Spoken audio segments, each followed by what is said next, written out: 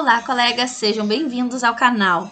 O vídeo de hoje propõe uma reflexão sobre a fala do professor André no Flow Podcast.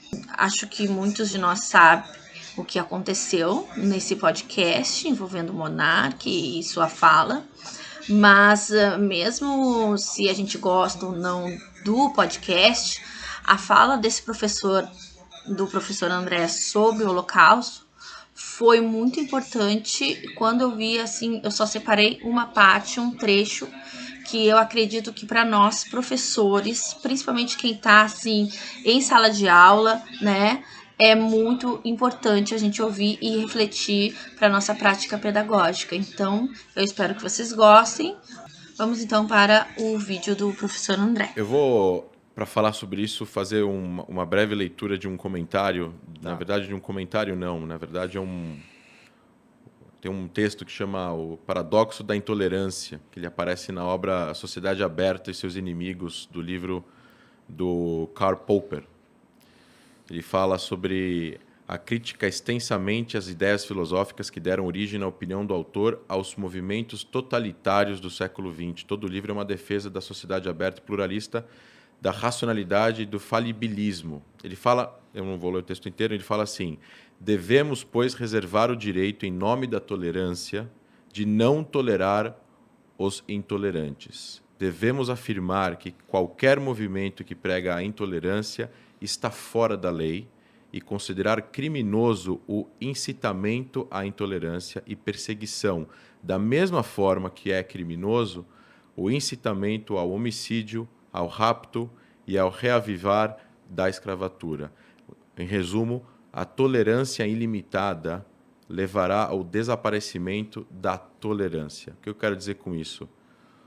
A República de Weimar, que foi o governo alemão antes da subida de Hitler no poder, ele acreditava nessa inclusão de várias ideias e, com isso, o Partido Nazista concorreu democraticamente às eleições na Alemanha e venceu. E o primeiro ato deles foi acabar com toda a sociedade civil alemã, com todas as instituições democráticas e perpetuar o que eles perpetuaram na Segunda Guerra Mundial, com 50 milhões de mortos, com 6 milhões de judeus, com diversos centenas de milhares de várias outras minorias. Essa abertura que eles deram em nome desse debate de ideias, o outro lado não entende esse debate de ideias. O outro lado não está interessado em debater ideias, o outro lado está interessado em tomar o poder com golpe e impor a sua vontade, que no caso do nazismo especificamente, é voltado a uma ideologia radical, extremista, genocida, baseada em raça. Não só em raça, mas na ideia de um ser humano geneticamente melhor que o outro. Já foi provado pela ciência que isso não existe. E para que a humanidade possa, entre aspas, sobreviver, como diz no livro Sapiens, de Yuval Harari, o escritor israelense premiado, eles acreditavam que eles estavam fazendo um bem para o mundo, o nazista. E eles mataram pessoas que, independentemente da idade ou do sexo, eles acreditavam que eram seres inferiores. Esse tipo de debate, dentro de uma sociedade democrática, ele não pode ser permitido, porque você não tem como debater com aquele que, se subir no poder, vai matar você. Isso está fora do campo democrático das ideias. É como você colocar um partido que é uma organização criminosa, como o PCC, ou você colocar, ou como a gente imaginar agora, grupos terroristas concorrendo a eleições nos países que eles estão se alojando no Oriente Médio. Isso é ruim para a sociedade, é ruim para a humanidade e ruim para o futuro do mundo.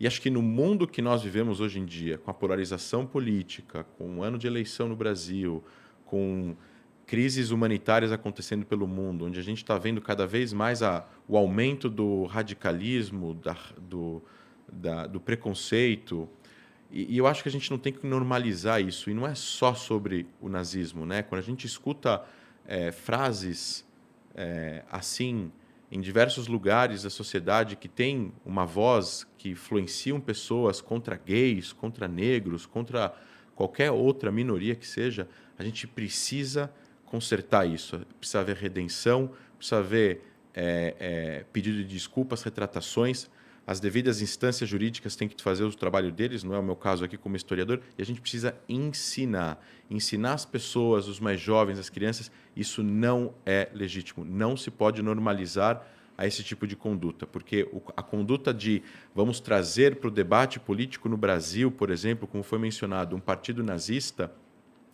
isso não faz parte do debate democrático. Existem partidos de extrema esquerda no Brasil, existem partidos que, eventualmente, são extremamente criticados pelas suas posições, mas acredito eu que se um partido, seja ele qual for, colocar nos seus protocolos, nos seus estatutos, que eles prezam pela destruição de uma minoria, pela morte de uma minoria, pelo genocídio de uma minoria, eles não vão ter autorização do Tribunal Superior Eleitoral para concorrer a eleições. Então, não é comparável, né? Eu tenho sérias críticas a partidos extremistas, seja de um lado ou de outro, mas ainda assim, não é comparável. Para você colocar no campo das ideias o que a gente deseja para construir uma sociedade mais democrática, mais livre, com liberdade de expressão, mas essa liberdade de expressão ela não pode ser incitação ao ódio, à violência, ao estupro, ao rapto, à volta da escravidão, num país que teve a maior quantidade de escravos importados da Europa, 3,5 milhões, 4,5 milhões de escravos, é mais do que todos os países da América juntos, mais que todos os países da América juntos. O Brasil importou 4,5 milhões de escravos e é o país que mais tempo teve escravidão e que foi o último a abolir a escravidão. A gente não pode normalizar com isso. A gente precisa educar as pessoas, combater esse tipo de o discurso que tenta normalizar. Não é ok, vamos trazer isso para o debate. Não, isso não é ok, não faz parte do debate. O debate, se a gente abre o debate, como ele falou no final, se a gente abre o debate ilimitado para a tolerância, a gente acaba com a tolerância, a gente acaba com a coexistência, a gente acaba fazendo com que essas pessoas intolerantes possam vir a dominar o poder e aí a gente vai acabar com a liberdade total que as pessoas têm. Colegas, espero que tenham gostado. Sintam-se livres para deixarem suas reflexões nos comentários. Obrigada por assistirem e até o nosso próximo vídeo.